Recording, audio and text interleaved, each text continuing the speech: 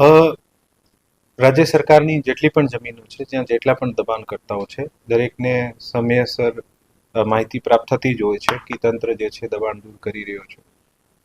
Particularly જંગલેશ્વરમાં પણ ખૂબ એકદમ ડિટેલ લીગલ પ્રક્રિયા ફોલો કરી છે. દરેકને 2 થી 3 નોટિસ આપવામાં આવ્યા છે.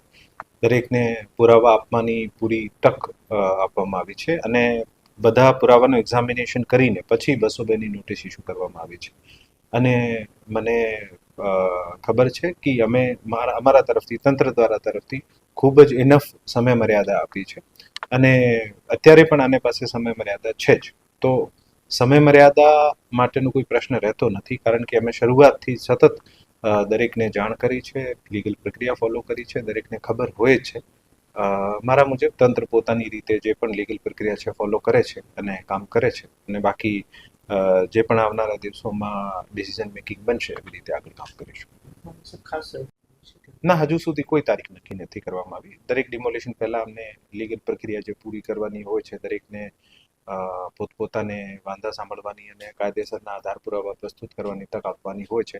આ તક આપવાની કામગીરી જે છે આ ચાલુ છે અને પછી જ્યારે પણ અનુકૂળ થશે અમે અમારી રીતે નક્કી કરીશું. અન્ય કોઈ જગ્યાએ સર રાજકોટ શહેરમાં મોટા ડિમોલિશન માટે રાજકોટ શહેરમાં મેં જેમ અગાઉમાં પણ કીધું છે કે લગભગ 221 કરોડની જમીનો અમે છેલ્લા 1 વર્ષમાં ખુલ્લી કરાવી છે અને દરેક તાલુકામાં જે છે દબાણકર્તાઓને નોટિસ આપવાની, દબાણ દૂર કરવાની, સરકારી જગ્યા ખુલ્લી કરાવવાની આ કામગીરી ચાલી રહી છે.